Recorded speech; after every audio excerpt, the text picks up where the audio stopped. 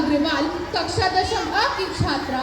आज़ादी के इस शुभ अवसर पर आप सभी के सामने अपने कुछ विचार साझा करने के लिए आई हूँ। आज हम भारत का 77वां स्वतंत्रता दिवस मना रहे हैं। हमारे देश को आज़ाद हुए 76 वर्ष पूरे हो गए। हमारा देश 15 अगस्त 1947 को आज़ाद हुआ और तब से हम आज़ाद कहलाए। इस आज़ादी को प्राप्त करने के पीछे लाखों करोड़ों लोग शहीद हो गए। कितनों ने अपनों की कुर्बानियां दी तो कितने लोग लहूलुहान हो गए। और आज भी हम अपने देश के लिए मर मिटने को हमेशा तैयार रहते हैं। कितने गर्व की बात है कि हम उस देश के वासी हैं जहां हर धर्म और जाति को एक समान माना जाता है। भारत में भिन्न भिन्न प्रकार के लोग एक साथ मिलजुल कर रहते हैं। महिलाएं पुरुषों से कंधा मिलाकर चलती हैं। जब जब हमारा तिरंगा झंडा शान से लहराता है तब कोई ना कोई शहीद तिरंगे में खुद लिपट कर आता है।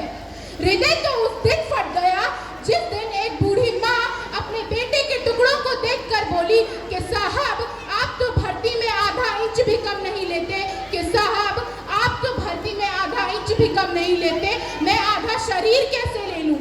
उस बहन से जाकर पूछो राखी से पहले जिसका भाई राख हो गया।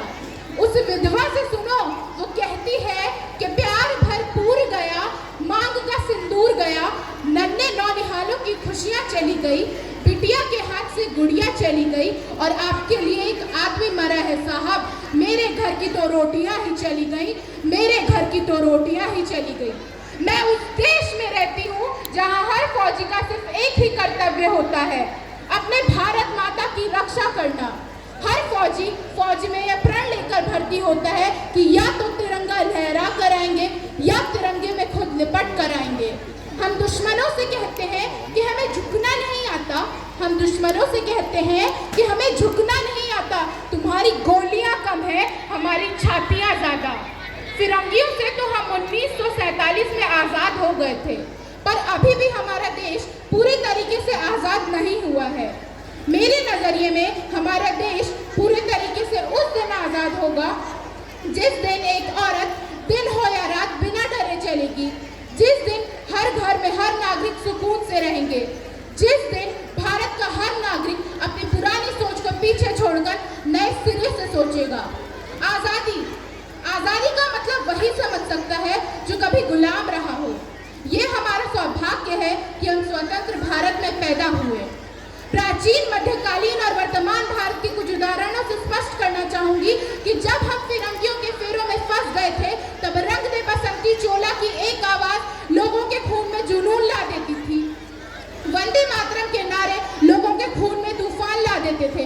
तब देश बलिदान मांगता था, तब देश मर जाने को मिट जाने को कहता था। तब एक माँ अपने फौजी बेटे को यह कहकर भेजती थी कि बेटा दुश्मनों से 1 इंच भी पीछे मत हटना, कि बेटा दुश्मनों से 1 इंच भी पीछे मत हटना, चाहे इंच इंच कट जाना, चाहे इंच इंच कट जाना। किंतु आज देश हमसे मर जाने को, मिट जाने को या फांसी चढ़ जाने को नहीं कहता, बल्कि मेरे विचारों में यदि कोई व्यक्ति अपना काम पूरी मेहनत, लगन और ईमानदारी से करता है तो वही सच्चा देशभक्त है। अपने समाज, परिवार और देश के लिए समर्पण का भाव ही है देशभक्ति, और हर देशद्रोही के जीवन में आने वाला तूफान ही है हमारी सच्ची देशभक्ति। ताकि हर देशद्रोही ये समझ सके कि अगर तू परिंदा है तो ये आसमान तेरा है, अगर तू दरिंदा है तो ये शमशान तेरा है।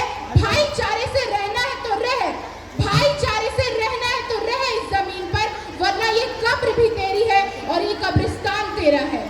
हमारे देश को ना ही किसी हिंदू की जरूरत है और ना ही किसी मुसलमान की, बस जरूरत है तो केवल एक सच्चे इंसान की।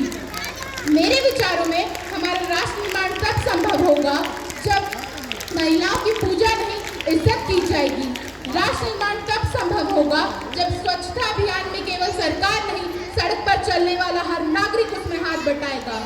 असल मायने में राष्ट्र निर्माण तब संपूर्ण होगा जब भारत का हर नागरिक अपनी पुरानी सोच को पीछे छोड़कर नए सिरे से सोचेगा। राष्ट्र निर्माण तब संपूर्ण होगा जब एक गरीब बच्चा मध्याह्न भोजन के लिए नहीं बल्कि शिक्षा प्राप्त करने के लिए स्कूल जाएगा। बड़ी बड़ी बातें नहीं, छोटी छोटी कोशिशें करनी होंगी। बड़ी